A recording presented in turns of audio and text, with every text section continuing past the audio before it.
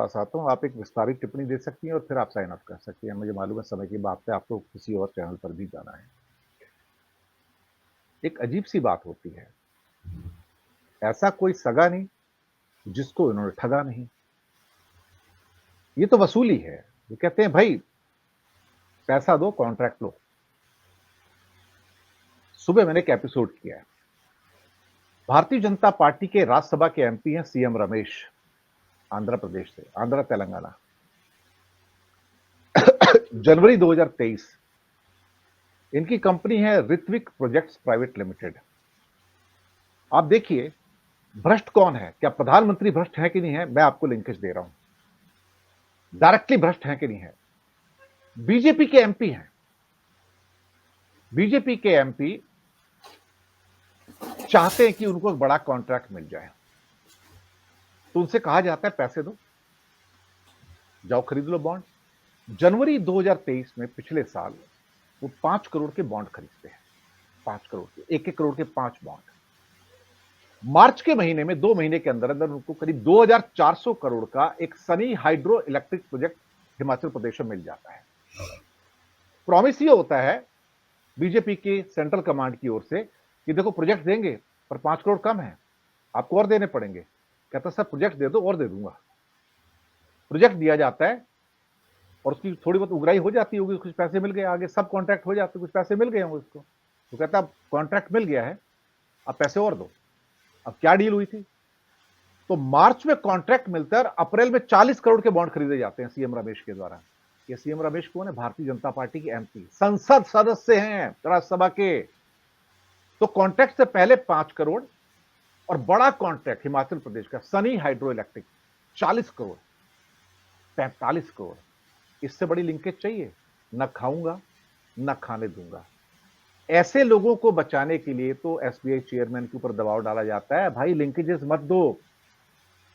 ये जो आदमी चीख चीख के बड़ी बड़े रोड शो में कहता है कि मैं भ्रष्ट नहीं हूं, मेरा दामन सफेद है। भारतीय जनता पार्टी का एमपी ही सीएम रमेश चीख चीख के कहता है कि तेरा दामन काला है, तू अपनों को भी, मैं तो तेरा अपना आदमी था, मैं तो बाहर का नहीं था, मैं तो तेरा अपना एमपी हूं, तू मेरे को भी नहीं छोड़ता। तभी मैंने कहा ऐसा कोई सगा नहीं जिसको इन्होंने ठगा नहीं। मीनू जान, जी, बिल्कुल आपने ठीक कहा कि ये जो आपने तो एक उदाहरण दिया इसमें कि डायरेक्ट लिंकेज बैठा पा रहे हैं।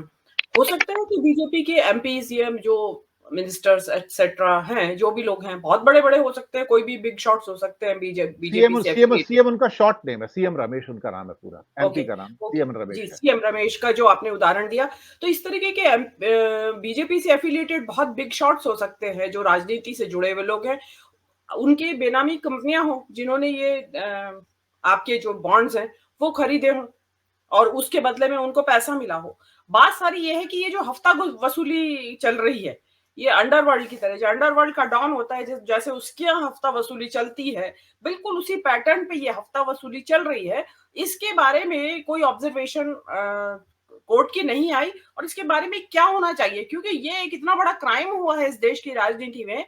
देखिए हुआ होगा भ्रष्टाचार, पहले भी होता है और हमेशा से दुनिया भर में होते आए हैं भ्रष्टाचार, पर इस तरीके से देश की जो सरकार है वो इस तरीके से डायरेक्टली और पूरा का पूरा तंत्र उसके साथ लिप्त है। एक होता है कि आइसोलेशन में हुआ कि बैंक और एक मिनिस्टर लगा हुआ है, चलिए यहाँ पूरी की पूरी सरकार लगी हुई है और सरकार न केवल, आप जानते हैं कि इस देश की सारी संस्थाएं जिसमें कि गवर्निंग बॉडीज भी जो है इस देश की, वो चाहे आर्थिक मामलों को गवर्न कर रही हो, चाहे राजनीतिक मामलों को या औद्योगिक मामलों को, सबकी सब कंट्रोल में है, मोदी सरकार के कंट्रोल में है। आप सेबी को देख लीजिए, सेबी ने क्या किया, हिंडनबर्ग रिपोर्ट में इल्जाम आए और उनके बारे में बात हुई कि ये शेल कंपनियां हैं जिन्होंने राउंड ट्रिपिंग करके पैसा वापस लगाया है, कोई एक्शन नहीं। और अभी भी क्या किया सेबी ने, अभी अभी आप देख लीजिए, लिस्टेड कंपनीज हैं दिनेश जी, जिनका नाम उसमें आ रहा है, इन इलेक्टोरल बॉन्ड जिन्होंने खरीदे हैं, जिन्होंने हफ्ता वसूली में पैसा दिया है, उनके खिलाफ क्या कार्रवाई की, सेबी ने कुछ सवाल जवाब किए उनसे, भाई उन्होंने अपने इन्वेस्टर्स से एजीएम करके परमिशन ली थी या नहीं ली थी कि हमें भाजपा को चंदा देना है। भाई जो लिस्टेड कंपनी है उसके जरूरी नहीं है कि उसके इन्वेस्टर्स चाहते हो कि ये कंपनी हमारी भाजपा को चंदा दे या किसी राजनीतिक पार्टी को चंदा दे। तो उन्होंने कैसे दे दिया उसको चंदा, और उसके बारे में सेबी ने क्या क्या रिएक्शन, कोई एक्शन, कोई एक्टिविटी कोई है कहीं पे? कुछ नहीं है। मतलब ये है कि ये जो हफ्ता वसूली का जो धंधा है वो ऐसी क्या निर्बाध जारी रहेगा कि काम के बदले आप चंदा दो, आपको धंधा मिलेगा उसके बदले में। ये इस तरीके की हफ्ता वसूली सरकार तो ये पहली बार आई है, और जिसमें कि डायरेक्ट लिंकेजेस, और उसमें भी क्या हो रहा है कि झूठ बोल रहे हैं जो ये आपके स्टेट बैंक के जो चेयरमैन है, इन्होंने तो हद ही कर दी। मतलब इससे ज्यादा आप और क्या प्रदर्शन करेंगे अपनी एफिलिएशन का कि आप किस तरफ झुकाव रखते हैं। अब तो न्यायाधीश झुकाव रखने लगे हैं दिनेश जी।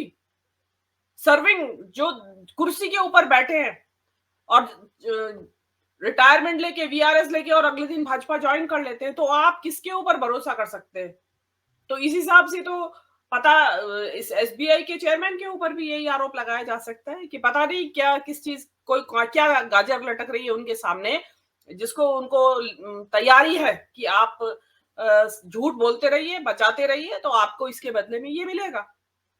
तो ये चीज बहुत लंबा एक जो भ्रष्टाचार की जो सड़ांध है, जो सरकार, जो मोदी जी की खाऊंगा ना खाने दूंगा, इस स्लोगन के कंधे पे चढ़ के आए थे। आप उनकी असंख्य स्पीचेस हैं जिसमें उन्होंने ये लिखा है, ना खाऊंगा, बोला है कि ना खाऊंगा ना खाने दूंगा। अब ये है कि खाऊंगा भी और खाने भी दूंगा, और डंके की चोट पे खाऊंगा, और हफ्ता वसूली करके खाऊंगा। तो अब तो हफ्ता वसूली हो रही है। मतलब एक सरकार जैसी अपराधी मनोवृत्ति है की सरकार है क्या ये, जो इस तरीके के जो क्विड प्रो को भी एक, मैं तो कहती हूँ बहुत शालीन शब्द है इसके बदले में। ये तो सीधा सीधा हफ्ता वसूली का धंधा है कि अगर पैसा दोगे तो काम करने देंगे, नहीं तो नहीं देंगे। और इसमें जितनी डिटेल सामने आएंगी वो डिटेल्स उतना ही ज्यादा इसमें से बदबू उठेगी। दिनेश जी, अभी जो सुप्रीम कोर्ट ने कहा भी है कि भाई अभी जो आपने बताया बहस कर रहे हैं, उसमें आपको ध्यान होगा वो जो आदिश अग्रवाल है जिसने राष्ट्रपति को चिट्ठी लिखी थी कि आप इसके बारे में रेफरेंस लीजिए सुप्रीम कोर्ट से, जिसको रिजेक्ट कर दिया गया, उसने फिर बोला है अभी कि आप रिव्यू कीजिए उसका, उसको भी डांट लगाई है, उसको भी लताड़ लगाई है सुप्रीम कोर्ट ने। मतलब किस तरीके से एक सरकार के बचाव में एक लाइन लगी हुई है लोगों की, तरह तरह की कानून की पेचीदगियां निकाल के ला रहे हैं ताकि जनता का ध्यान भरमाया जा सके, भटकाया जा सके। और भटका रहे हैं सरकार वाले भी कि हमारे तो एमपीज ज्यादा है इसलिए हमें ज्यादा मिला है चंदा। अरे भाई, चंदा एमपीज की काउंटिंग करके नहीं दिया जाता, एमपीज तो बाद में सिलेक्ट और इलेक्ट होते हैं, चंदा तो पहले दे दिया जाता है। ये थोड़ी कि उन्होंने 303 एमपी यहाँ आपके तो उस हिसाब से काउंटिंग करके दिया है, वो तो पहले मिल चुका आपको चंदा, 2018 से मिल रहा है आपको चंदा। तो उसमें ऐसी कोई नई बात नहीं है।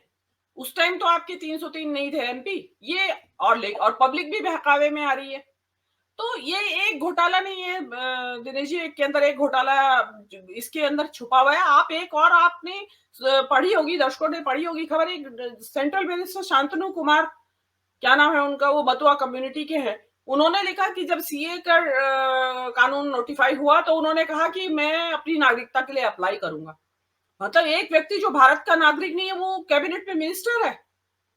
ये एक अजीबोगरीब अंदर से निकल के आई है भेद। मतलब प्रधानमंत्री कर क्या रहे हैं, सब किसी ने भी सोचा नहीं था कि शांतनु कुमार भारत के नागरिक नहीं है, और एक व्यक्ति जो भारत का भले ही हिंदू है लेकिन नागरिक तो नहीं है ना, क्या भारत का जो नागरिक नहीं है वो मंत्री बन सकता है? एमपी, एमएलए, पार्षद, सरपंच तक नहीं बन सकता व्यक्ति जो भारत का नागरिक नहीं है। मोदी है तो मुमकिन है, तो इतना मुमकिन है, इतना मुमकिन है कि तो कल को तो पता नहीं पुतिन, मैक्रो वगैरह सब आ सकते हैं। आ जाओ भाई, एक्सपर्ट्स हो आप, लोगों को सरकारें चलाने का अनुभव है, आ जाइए, हमारे यहाँ बिना नागरिकता के भी मंत्री बनाए जाते हैं, आ मैं तो जाइए। ये सोच रहा हूँ कि वो 12% लोग कौन है जिन्होंने पुतिन के खिलाफ वोट किया है। मैं तो उनको प्रणाम करना चाहूंगा, भाई तुम्हारी सच्ची हिम्मत में, को सलाम है कि सच्ची तुमने में, रशिया में रह के उसके खिलाफ वोट किया है, तो मैं तो बिल्कुल प्रणाम करना बिल्कुल। चाहूंगा उनको जी। वो एक नवाल्नी, वो नवाल्नी की ट्राइब के होंगे वो लोग जिन्होंने दिया एक है। एक एक, एक प्रश्न आपसे करना चाहूंगा, हालांकि गिरीश भाई बैठे हैं, मैं उनसे भी पूछूंगा। अपने हिंदू कुछ उग्रवाद अपनी ज्यादा बढ़ता चला जा रहा है, भगवा उग्रवाद भी कह सकता हूं उसको मैं, मुझे उग्रवाद वर्ड यूज करने में कोई आपत्ति नहीं है आज की डेट में।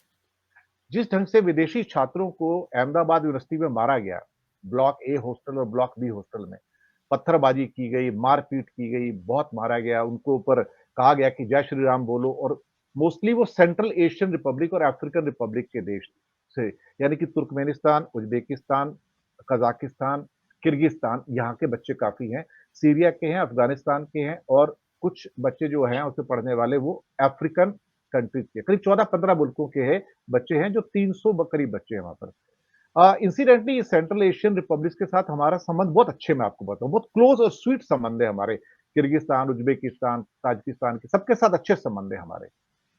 अब उनके बच्चे यहाँ पर आते हैं, पढ़ते हैं। हम चाहते हैं कि भारत में और ज़्यादा विदेशी छात्र आएँ, हम तो बहुत पूर हैं उस मामले में। अब आपने उनको मारा और मार-मार के वो अस्पताल पहुँच गए। उसमें से एक डिस्चार्ज हो गया, एक अभी भी हॉस्पिटल में है।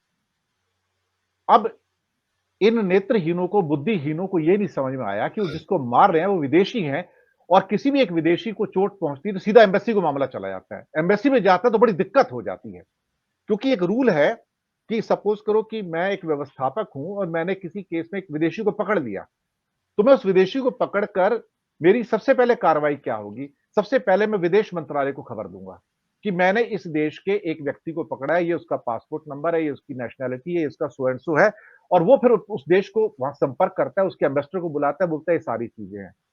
तो जब आप विदेशियों को मतलब क्या कहते हैं तंग करते हैं, उनको मारते हैं, इट बिकम्स इंटरनेशनल इश्यू और यहाँ तो मारपीट 25-15 देशों के स्टूडेंट के साथ हो गई। वो कह रहे हैं कि अपने कंपाउंड के अंदर रमज़ान वो नमाज़ पढ़ रहे थे। अरे भाई रमज़ान का महीना चल रहा है, पवित्र महीना है, अपने कंपाउंड में कर रहे हैं ना, बाहर तो नहीं जा रहे कहीं। बस उसी पे गुस्सा हो गए। अगर इनकी जगह इंडियन मुस्लिम स्टूडेंट होते जिनको मार पड़ी 25 स्टूडेंट जो पड़ी है, तो वो 25 स्टूडेंट जेल में होते थे, मैं आपको पहले बता दूँ। वही 25 स्टूडेंट जेल में होते थे कि तुमने सारा किया कैसे और वो भगवाधारी जो निकल जाते थे। लेकिन मामला था 15 देशों का, तो मामला जरा थोड़ा तूल पकड़ गया और ऊपर एम्बेसियों से फ़ोन पे फ़ोन, बाकी देशों से फ़ोन पे फ़ोन, हमारे बच्चों को क्या हो रहा है यहाँ पर? तो सरकार हड़की, रातों-रात विदेश मंत्रालय एक्टिव हुआ। आप सोचिए इस एक केस का संज्ञान कौन लेता है? Bhupendra Patel, Amit Shah, commissioner and DGP of Gujarat और कहते हैं 9 कमेटी बनाता हूँ, सबको पकड़ा जाएगा, छोड़ा नहीं जाएगा। क्योंकि वो 15 एम्बेसी वाले पूछ रहे हैं, एक्शन क्या लिया आपने? आप बताइए, in what way you acted here? मैं छोटी टिप्पणी चाहूँगा कि हिंदू उग्रवाद इस सीमा तक जाएगा कि अपने देश में आए हुए विदेशी मेहमानों को आप इस ढंग से ट्रीट करोगे क्या?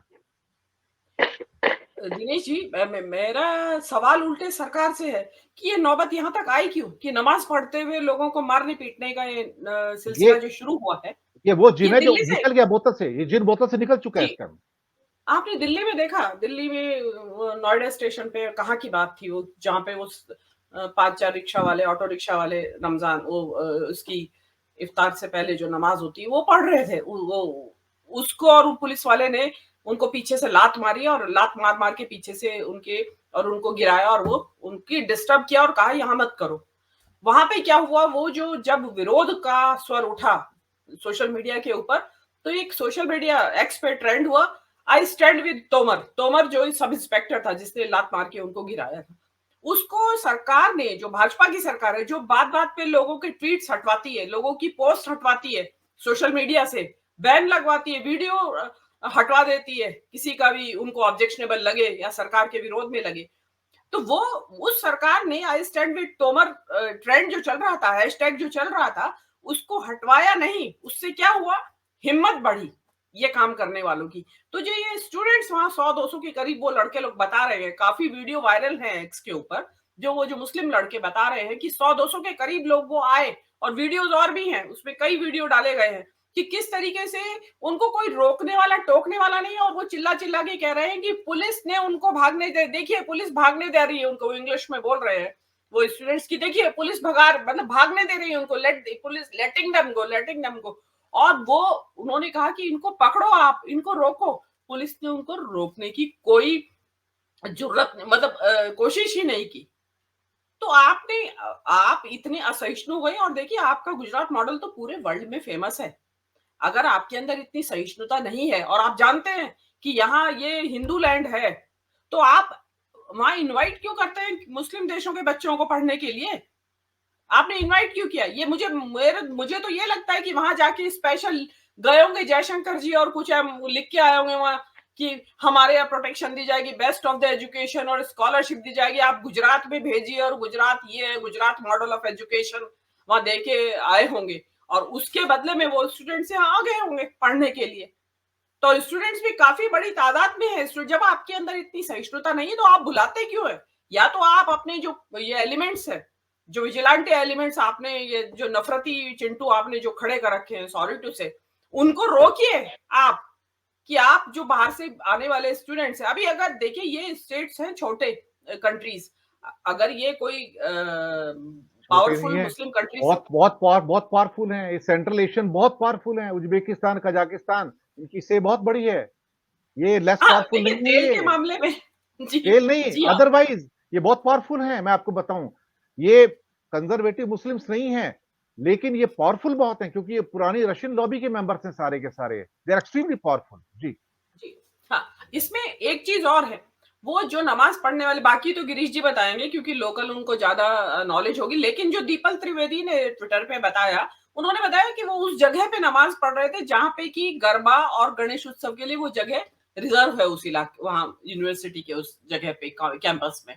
वहां पे अगर अगर किसी जगह पे एक जगह दुर्गा पूजा और गणेश उत्सव के लिए रिजर्व है, तो वहां कोई भी रिलीजियस एक्टिविटी हो सकती है, तो उसमें कोई भी नमाज पढ़ के जा सकता है। और नमाज पढ़ने में कोई बहुत घंटों नहीं लगते हैं, 5 मिनट लगते हैं जो मैंने देखा है। तो उस हिसाब से 5 मिनट में अगर कोई व्यक्ति करके चला जाता है, तो आप इस तरीके से रात के 10 बजे, मतलब इसका मतलब आपने प्री प्लान था आपका कि ये लोग नमाज पढ़ेंगे रात को और फिर हम इनको मारेंगे और पीटेंगे, और आपने जिस तरीके का तांडव मचा रखा है, तो आप, ठीक है। और इसमें क्या होगा, खाली गुजरात का ही थोड़ी बात, तो वर्ल्ड में जो फैलेगी बात, वो तो इंडिया की फैलेगी ना, कि इंडिया में स्टूडेंट्स को पीटा जा रहा है, मुस्लिम स्टूडेंट्स को जो पढ़ना चाहते, नमाज पढ़ना चाह रहे हैं रमजान के दौरान।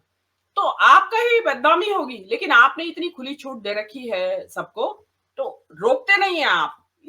जो आपने सोशल मीडिया पे उस दिन अगर रोक देते उस हैशटैग को, आई स्टैंड विद तोमर को, तो शायद इतनी हिम्मत उन लड़कों की नहीं बढ़ती जो कि वहां लाठी डंडे लेके पहुंचे।